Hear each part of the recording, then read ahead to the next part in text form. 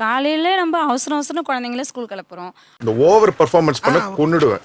ஆனா அவங்களுக்கு அப்படியே அவசரம் நம்ம சமைக்கும் போது எல்லாமே அப்படியே கட் பண்ணி போட்டுறாங்களா, அனுப்பி கொண்டு விட்டுட்டு வந்து அதை நம்ம சரி பண்ணலாம். எனக்கு வருத்தம்ப்பா, எனக்கு ரொம்ப வருத்தம். இத்தனை நாள் என் கூட பழகிட்டு இப்படி பண்றீங்க, அசிங்கமா இருக்குடா. ஆனா அவங்களுக்கு அப்படி கிடையாது. நீ என்ன அவசரமா சமைக்கிறியோ அதே அவசரமா அதையும் சரி பண்ணி. ஓ அப்படியா விஷயம். இன்னும் சாதம் கீழே சிந்திரக்கூடாது. அவங்க காலில் ஒரு சாதம் பட்டாலும் தொலைஞ்சும் அப்பா. இது டூ மச், இது டூ மச். நான் வரத்துல கப்போர்டு கிளீன் பண்ணி வை, அதை வீட்டு வேலையெல்லாம் கரெக்டாக இருக்கணும். வந்து பார்ப்பேன், வந்து அதே மாதிரி வந்த உடனே கண்ணு எங்கே போகும்னா சுற்றி ரவுண்ட் அடிப்பாங்க. என்ன குறை இருக்கு, நம்ம செஞ்சே வச்சிருந்தாலும் அதில் என்ன குறை இருக்குன்னு ஏன் இப்படி பாக்குறாரு? அதை கேட்ச் கரெக்டாக அதை பார்த்துக்கணும். எல்லாம் கரெக்டா இருக்கணும்னு 6 மணிக்கு சமைக்க ஆரம்பிக்குவாங்க சார். காலையில் எப்ப பார்த்தாலும் சோறு சோறு சோறுன்னு. அந்த கிச்சன் மோடையில் போய் பார்த்தோம்னா என்ன தம்பி என்னாச்சு கேளுங்களேன், அங்கே இன்னொரு பொருள் வைக்கிறதுக்கு இடம் இருக்காது. அது நைட்டு 10 மணிக்கு மேலே தான் அந்த கிச்சன் மோடையே க்ளீன் ஆகும். காலையில என்ன விளையாட்டு காட்டுறாங்க, எப்படி எல்லாம் சோதிக்கிறாங்க, பொழுது விடிய விட மாட்டேங்கிறாங்களே ஐயா. இல்லைங்க, நான் என்ன சொல்றேன், நீங்க இதெல்லாம் போய் கிச்சன்ல உட்காந்து நோட்டம் போட்டுக்கிட்டு இருக்கீங்கன்னு. சார் அப்படி இல்லை சார், மறந்துடுவாங்கங்கிறதுக்காக அதை நான் என்ன நடிப்பு நடிக்கிறாங்க. இந்த நடிப்பெல்லாம் பார்க்க சகிக்காம தாண்டா சிவாஜி சீக்கிரமாவே கிளம்பிட்டாரு. ஒரு நாள் மறக்கட்டும், வீட்டை கொஞ்சம் ரிலாக்ஸ்டா வச்சுக்கிட்டாதான் என்னன்னு கேக்குறேன். சார் அதாவது ஒரு ஆயில் பாட்டில் எடுத்தால் விட அதை அந்த இடத்துல கூட வைக்க மாட்டாங்க. பசங்க ப்ரெஸ் பண்ணுறத. நீங்க வேலைக்கு போறீங்களா இல்லையா? டேய், இவன் வேற என்னை ரொம்ப டார்ச்சர் பண்றான். சார் வேலைக்கு தான் சார் போகிறேன். அப்புறம் எப்படி புள்ளத்தை கவனிக்கிறீங்க? என்ன ஏது நேரம் அவனு?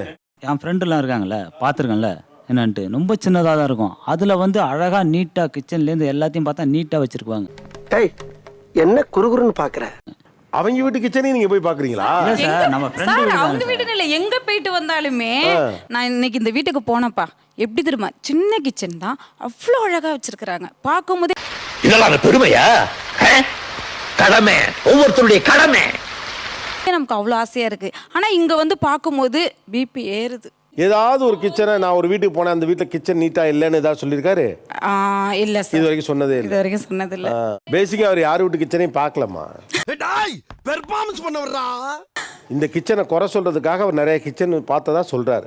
சும்மா ஒரு பேச்சுக்கு தெரிஞ்சுக்கிறதுக்காக கேட்போம். இப்போ சகஜமா, அதாவது தூய்மையின்மை இல்லை, சகஜமா ரிலாக்ஸ்டா கிச்சன் வச்சிருக்கிறது யாரு? காலங்காத்தால ஒரு ரூசு போயிட்டு வந்து சிக்கிட்டமே, இவன் ரூட்லயே பேசி அனுப்பிச்சிட வேண்டியதான் சார். இல்ல ரொம்ப திருத்தமா எடுத்த போல. முதல்ல சகஜமா வச்சிருக்கவங்களாம் கை தூக்கிடுங்களேன். குண்டு பைப்ல எப்படி கோர்த்து விடுது பாரு. எப்பா ஒரே ஒருத்தங்க தான் இருக்காங்க. நீங்க சொல்ற கணக்குப்படி பார்த்தா பூரா கிச்சனும் சூப்பரா இருக்குங்கிறீங்க. அதுதான் இந்த ஆவரேஜ் நான் எடுத்தேன். பூரா கிச்சனும் சகஜமா தான் இருக்கு. இன்னும் என்ன நீ பைத்தியக்காரனாவே நடிச்சிட்டு இருக்கறல?